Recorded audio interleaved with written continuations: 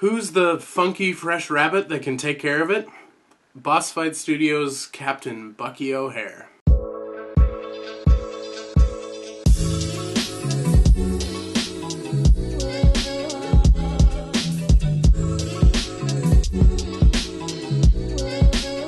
So I wanted to take a look at this Bucky O'Hare figure. Initially I had intended on doing a full review, but there's plenty of those out there.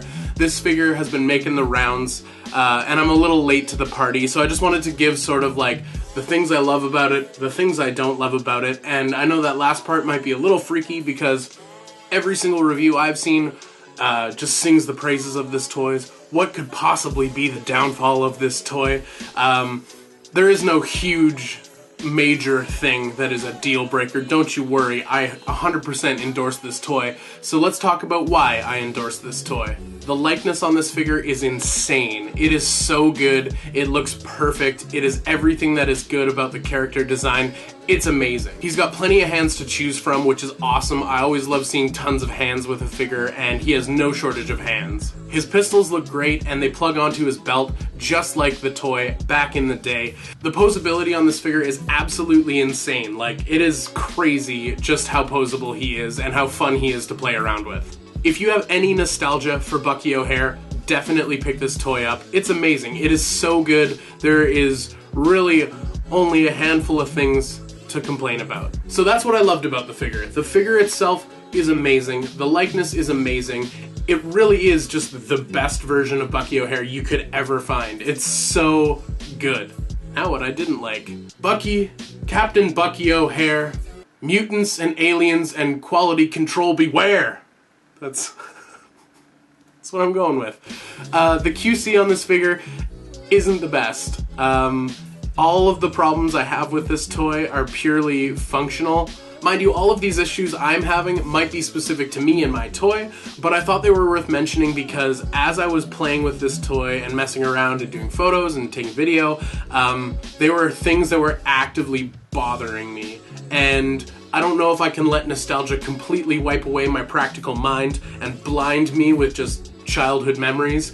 There's a handful of things that weren't so great. First off, my Bucky O'Hare doesn't get to use a cape.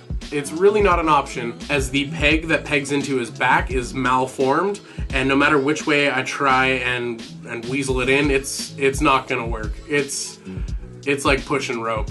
I suppose I could trim the peg down and it would just sort of sit in there nicely, but I don't particularly want to take clippers to this peg.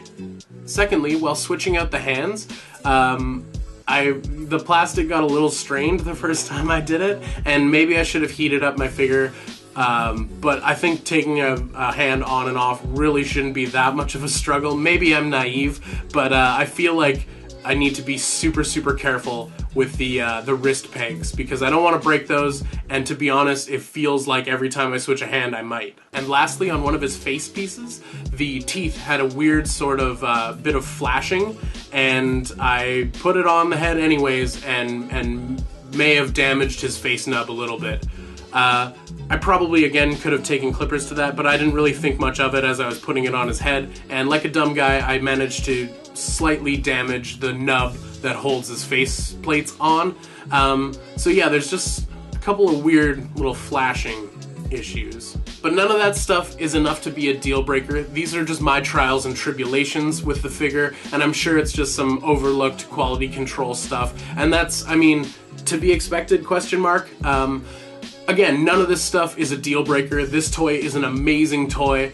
It's sort of the best, but during any and all reviews that I had seen online, nobody else had these issues, so they might be personal to me, but I thought they were worth noting just because they were stuff I was actively thinking about while filming. Like, I can overlook a lot, but Bucky not being able to wear his cape is a little bit of a bummer, and to be honest, I'm probably going to snip the nub shorter so it'll actually fit in the back of the toy, but it kind of makes me cringe having to mutilate my toys to make them functional. So let me know in those comments, did you grab Bucky? Did you grab Jenny? Are you excited about the line? I'm super excited about the line. I'm so excited to see what they do with Deadeye Duck and to see who's coming next. It's amazing. These toys are spectacular. Boss Fight Studios has done an amazing job making amazing toys, and you really don't have a better option, and I don't think you ever will. This is an amazing toy, so thank you to the beautiful minds that decided to acquire a weird, obscure license. Well, thanks for watching, thanks for hanging. Don't forget to subscribe to the channel and ring the bell if you want to get notified. I hate asking people to ring the bell. It's gross, it's a disgusting thing to ask, but we live in a disgusting world. So do you have these Bucky O'Hare figures? Do you love these Bucky O'Hare figures? Did you have any quality control issues? Again, not enough to be a deal breaker, but I thought it was something you should know going into this figure. So thank you so much for watching. I'm doing this. Bye-bye.